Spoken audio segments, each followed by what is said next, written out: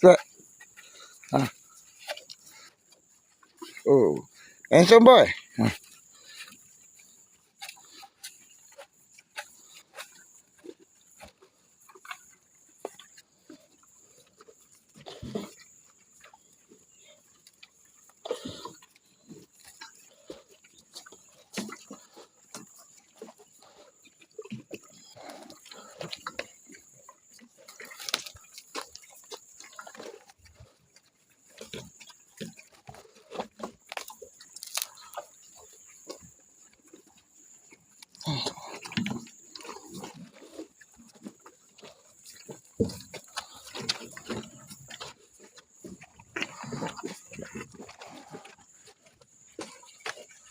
Assalamualaikum. 1 Mei 2026.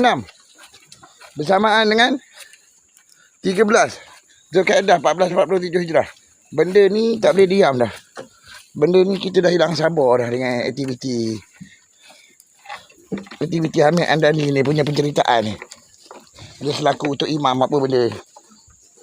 Itu masalah dia Tok Imam. Dia mencuri tu kenapa? Yang satu lagi kejadian ni yang best ni.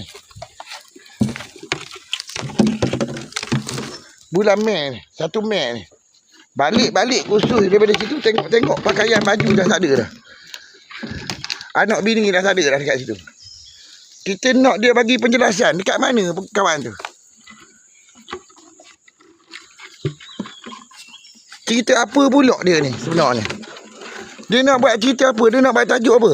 Dia nak buat tajuk jantan dia, jantan paling gemilang dekat situ. Jantan terbilang.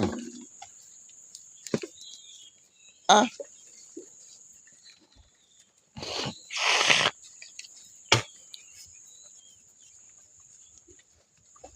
Aku tak tahu. Sejak daripada kejadian pusat serenti, kita umur 9 tahun. Kata dengan dadah. Ngisak dadah. Lepas tu dia claim dia Tok Imam dekat sini.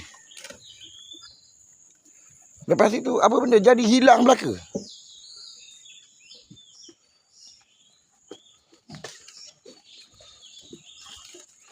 Hilang belaka benda-benda tu.